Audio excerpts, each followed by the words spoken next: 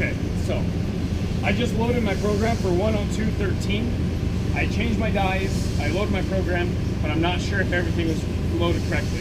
So before I run a sheet of material, I'm going to run a sheet of cardboard. So right now my clamps are spaced too far apart, so I need to move them. So I'm going to move the far one,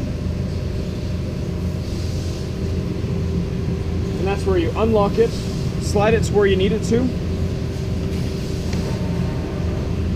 Make sure that the hose is not, the air hose is not kinked or coiled. And I should probably slide it back just a little bit.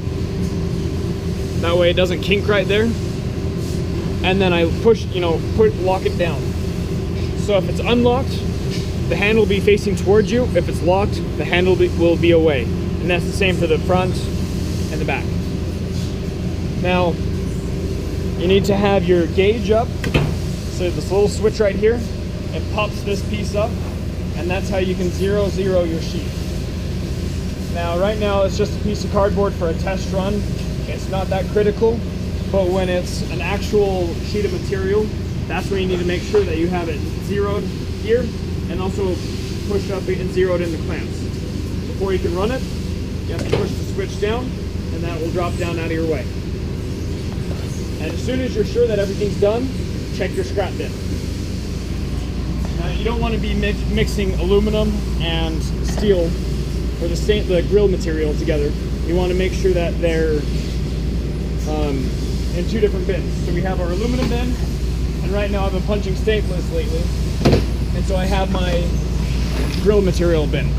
Now, whenever I'm punching cardboard, I like to punch it into a fresh bin. That way I don't have to clean it out later. Now that I've emptied my bin, I gotta place it back. Now, underneath the punch, you'll see that there's two chutes. The one that all of our material is going to be coming out of is going to be the one on the left. So that's where I'm going to put my bin.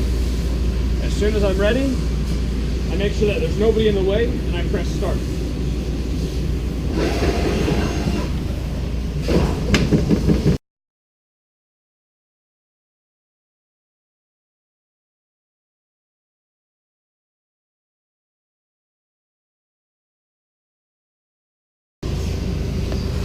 From here, after I run my cardboard blank, I'm looking to see if I've loaded all my tools in their correct orientation.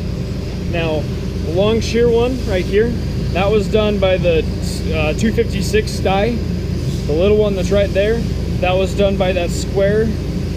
So I have it loaded correctly. There's a few of these punch FJs that if you don't have it loaded correctly, you'll know because it was punched sideways rather than vertical. Now I'm looking at that looks about how I want it to be. All my tools are loaded correctly, and I'm ready to run this.